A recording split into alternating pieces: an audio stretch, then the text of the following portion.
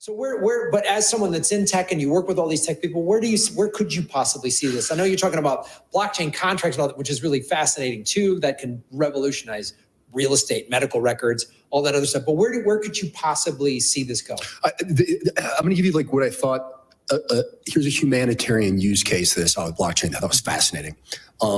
I was at a conference and I'm looking at all kinds of stuff, right? You're looking at somebody who's, there's startups, like I tell people, you in LA, and there's an actor in LA.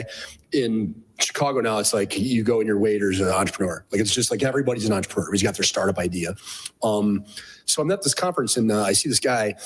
I think I was in New Orleans for this, I think. And he's like, hey, let's say that you're in a war-torn country in I'm not going to pick on a certain continent, a country, and it's there's a civil war there, and you lose your home, and you lose all your documents, and you lose everything, and you go to the border, and you're like, hey, I'd like to get out of here, and you're trying to get to the U.S. Let's just say, and the U.S. is like, well, we don't know if you're one of the good guys or the bad guys, and you're like, yeah, but I'm just Bob, and I owned a bakery, and I don't have a criminal record, and I'm me, and they're like, yeah, but you could be Jeff, who has been committing genocide and death to America. So we don't know which one you are. And you're like, well, I don't have any of my. I don't have anything because I don't have anything. Now, let's punt the privacy concerns here because I think that this is where it gets complicated. But wouldn't it be amazing if you just put your fingerprint and then on the blockchain you're on there and they go, oh no, that's Bob. He's good. Like proof of existence, proof of self, proof of like.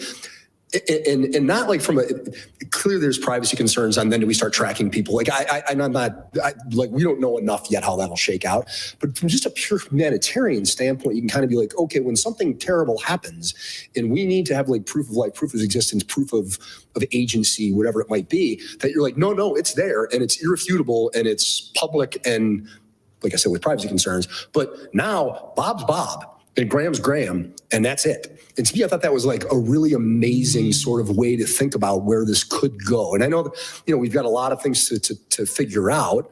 And when people, I'll say this and then I'll stop talking.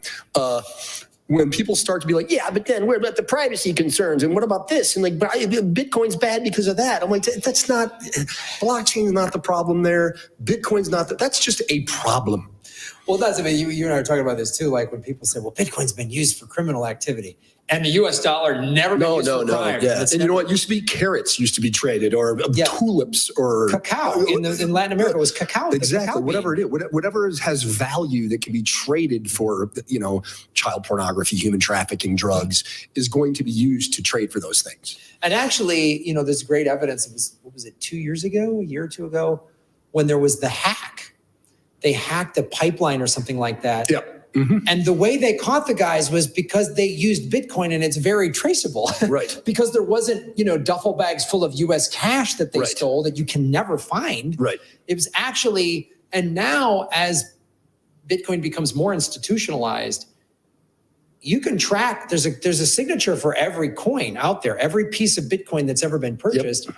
So unless you mined it, and then you send it wallet to wallet, okay, great. But most people have to go onto an on-ramp to some sort of financial institution to convert it to some type of fiat or something, or even like you have to, even if you're in a circular economy, which El Salvador's adoption is like, it's not even close to 100%. It depends on the city or whatever part of the country. But I know people here working in now, there's like a Bitcoin economy here. I know people that are working for companies, not just some restaurant owner, and they're getting paid in Bitcoin and they're renting their house in Bitcoin. Mm-hmm. You can pay your electric bill in Bitcoin here and all that stuff. And they're like, most of them are like almost out of the fiat system. They're sort of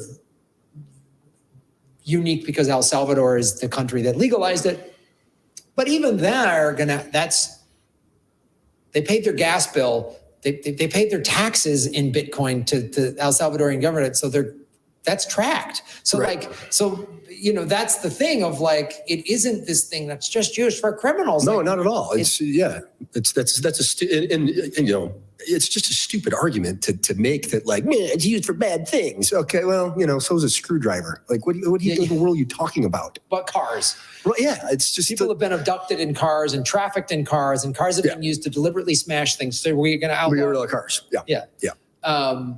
So yeah, that's amazing. That's a cool thing to think about.